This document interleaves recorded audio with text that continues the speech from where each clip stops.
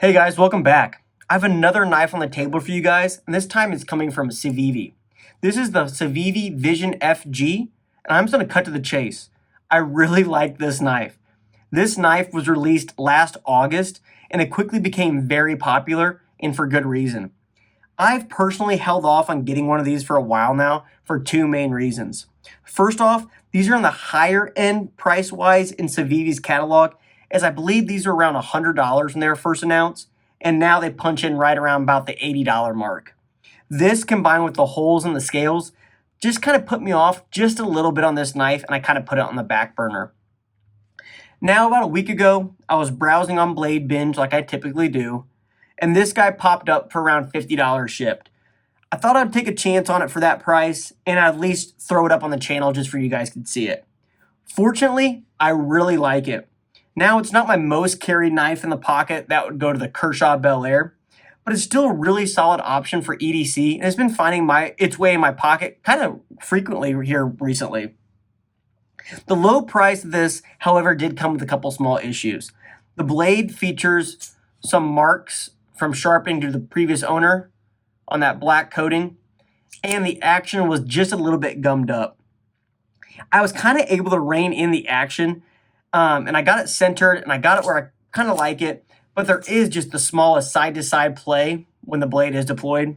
Overall, I'm still really happy with this purchase, and I want to go over the knife just a little bit more, and you can kind of see why. Before going into the specs and the measurements, we got to go over the main thing on this knife. And that is this really interesting back lock here they have dubbed the super lock. Pulling down on this metal bar, it releases the blade, and it's very reminiscent of the Demco Shark Lock. So you can access or deploy the blade either through the thumb studs or this lock here in the back, and you can shut it the same way. This is a really innovative lock that, like I said, you can deploy or close the blade without having your fingers in the path of the blade. It's also rather fidgety, as it's running on caged ceramic ball bearings, so another really big plus, and I found myself fidgeting with this thing every so often at my desk. I've also heard this is a very strong lock, so it should be able to put up to some abuse. I've not really tested it super crazy in the week I've had it, but I mean, the lockup is super solid, so it wouldn't surprise me. Again, this came to me used, so your mileage may vary, but I really like the action on this. It flies out with either those thumb studs or the super lock, and it drops without much resistance. Really like the action, no complaints there. Now for some quick measurements.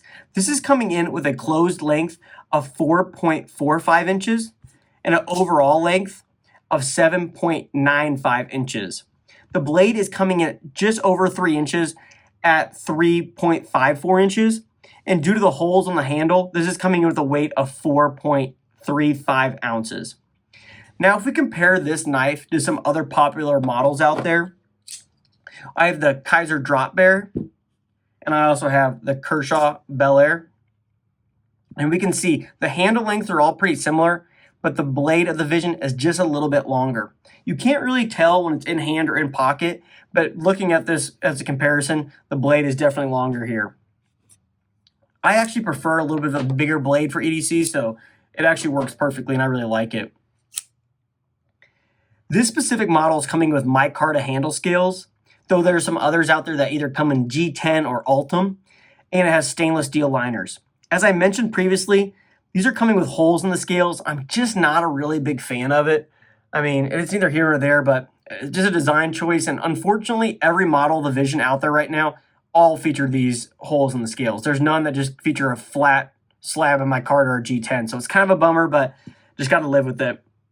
I can't say really much on this micarta as I got this secondhand, so once again, I don't know how much use the previous owner put on these, but they're a little too slick for my liking. I still think Kaiser does micarta the best. This is the Kaiser Bugai.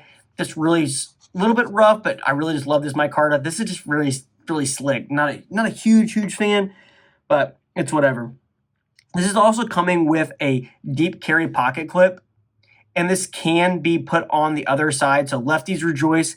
This is made for either left or right hand tip up carry only, so it's nice that they were included.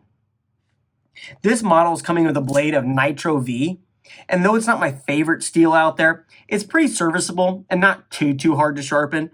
I really like this strange blade shape, and they call it a reverse tanto. And this comes with a flat grind, and I found the performance to be pretty admirable. One thing I really love about this blade is there's hardly any branding. There's zero branding on the show side. When we flip it on the back, there's only designed by Snecks on the back, and then really small down here, Nitro V. Really like how simple and clean this blade is. I hate when companies have big billboards on the side. That's one of my biggest pet peeves. The only branding on this knife is just on the pivot. It's just a Civivi C that's featured on all their knives. I really wish they would go without it, but I much prefer just a little branding on the pivot than something huge on the blade. Overall, I'm pretty happy with this knife, and I'm pretty pleased to have added it to the collection as it's already seeing a great deal of pocket time.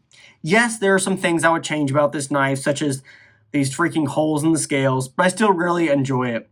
This again has been the Civivi Vision FG. Thank you so much for watching, and please like, comment, and subscribe below as it really helps out the channel. I'll catch you on the next one.